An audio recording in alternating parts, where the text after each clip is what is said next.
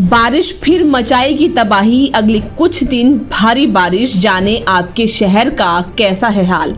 देश में पश्चिमी विक्षोभ का बड़ा असर देखने को मिलेगा। मॉनसून की विदाई के बीच मौसम विभाग ने एक बार फिर कई हिस्सों में भारी बारिश की चेतावनी जारी की है।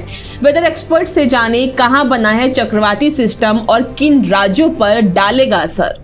जिस तरह से पूरे मानसून सीजन की जो बारिश रही है वो 7 से 9% अधिक दर्ज की गई है और अब मानसून सीजन ख़त्म होने में बहुत कम दिन बाकी हैं, लेकिन ऐसा लग रहा है कि ये मानसून की बारिश 7 से लेके 9% के बीच में ख़त्म हो सकती है। मतलब मानसून की जिस तरह से भारत मौसम विज्ञान विभाग और एजेंसियों की ये फोरकास्ट थी कि अब की मानसून 107% के ऊपर जाएगा, तो वही स्थितियां रही हैं। मानसून 107% के ऊपर जाने की पूरी संभावना है। आज भी जिस तरह से आप देख रहे हैं, अभी भी मानसून वापसी तो शुरू हो गई है, लेकिन उसके साथ आप देखेंगे कि पूरे 70% देश में अभी भी बारिश की गतिविधियां जारी हैं और आगे अभी जारी रहने की संभावना है।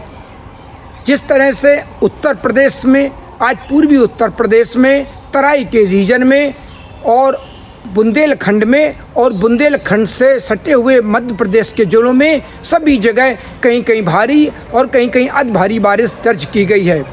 इसी तरह अभी भी संभावना आगे आने वाले दिनों में है कि इसी तरह से इन सब इलाकों में बारिश की गतिविधियाँ चलती रहेंगी। मध्य प्रदेश के अधिकांश इलाकों में और जो बुंदेलखंड के सटे ज़िले हैं, दक्षिण ज़िलों में भी बारिश बढ़ेगी।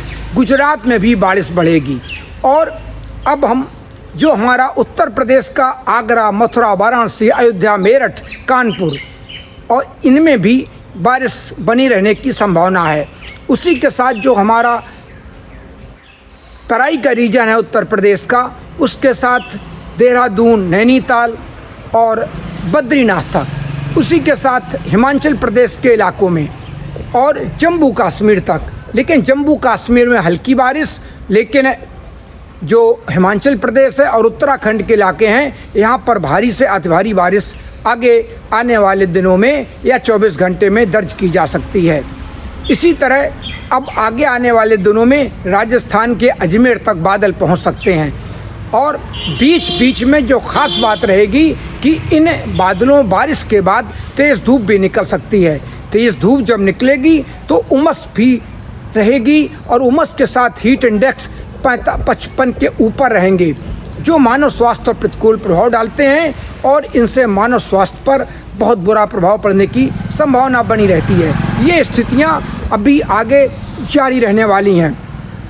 हमारे पूर्वोत्तर के राज्य हैं असम, मेघालय, सिक्किम, यहाँ पर भी बारिश की पूरी संभावना है और इन इलाकों में भारी से अति भारी बारिश हो सकती है।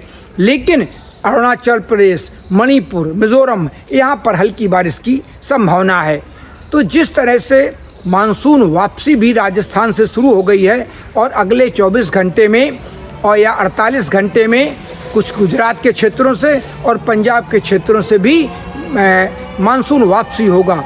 लेकिन अभी आगे आने वाले दिनों में इन सब जगह बारिश की संभावना है और जो पंजाब का हमारा उत्तरी इलाका है, हरियाणा का जो उत्तरी इलाका है, राजस्थान का जो उत्तरी इलाका है और हमारा NCR, यहाँ पर भी हल्की बारिश की गतिविधियाँ दर्ज की जा सकती हैं, क्योंकि अभी भी एक साइक्लोन जो उत्तर प्रदेश और बिहार के ऊपर है, उसके अलावा एक वेस्टर्न डिस्टर्बेंस भी है और इसके अलावा कई 2 ट्रफलाइन भी बनी हुई हैं और इन सब के कारण अभी भी मॉइस्चर फीड लगातार उत्तर भारत पर थ्रू हो रहा है, मध्य भारत पर थ्रू हो रहा है और पूर्वी भारत पर थ्रू हो रहा है।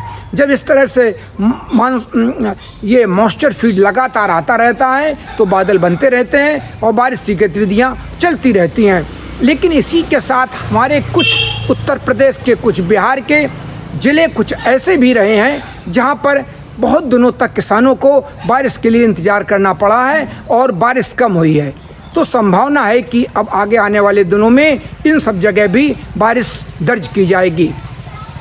तो एक तरफ तो हमारे भारत से मानसून वापस जाने की उल्टी गिनती शुरू हो गई है, लेकिन उसी के अपोजिट हमारा पूरा दक्षिण भारत, तमिलनाडु, केरल, कर्नाटक और पूरा कोस्टल एरिया, कोंकण, गोवा से लेकर केरल तक, इन सब जगह बारिश की गतिविधियाँ अभी चलती रहेंगी।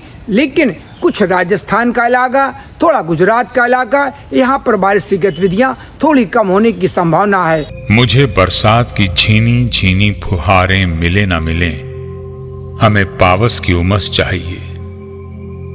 जी हाँ, मैं किसान हूं, क्रांति बीज बोना चाहता हूं। मुझसे अभी सावन, भादों, क्वार, कार्तिक या फागुन की बातें मत करो।